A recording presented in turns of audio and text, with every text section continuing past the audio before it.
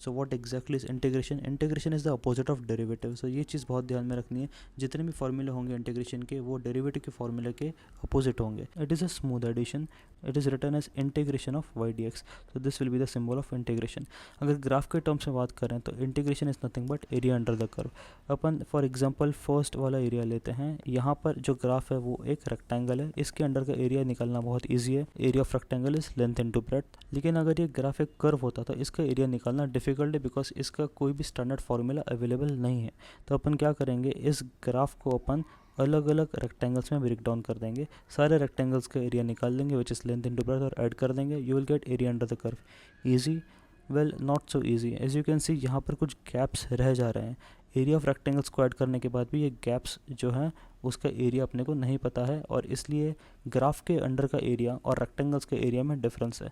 Now the question is in gaps को अपन कम कैसे कर सकते हैं। अगर मैं रेक्टेंगल्स की विड्थ कम कर दूं तो यहाँ का गैप जो है वो कम हो जाएगा। रेक्टेंगल्स की विड्थ कम करने से नंबर ऑफ रेक्टेंगल्स बढ़ जाएंगे। सपोज सेम ग्राफ को मैंने ज़्यादा नंबर ऑफ रेक्टेंगल्स में ब्रेक डाउन कर दिया। एज यू कैन सी अब यहाँ पे जो गैप है वो बहुत कम हो गया है। इसी तरह से अगर मैं नंबर ऑफ रेक्टेंगल्स को ऑलमोस्ट इन्फाइनाइट कर दूँ तो गैप जो होगा वो मेरा ऑलमोस्ट ज़ीरो हो जाएगा और मुझे मिल जाएगा एरिया अंडर द कर्व।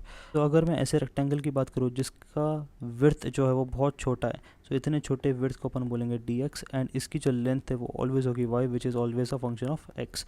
सो इस रेक्टेंगल का जो एरिया है वो हो जाएगा length into breadth which is y into d x. अगर सारे रेक्टेंगल्स के एरिया को ऐड कर दिया तो that is a smooth addition which is called as integration of y d x which is nothing but area under the curve. Comment below for any doubts and follow for more.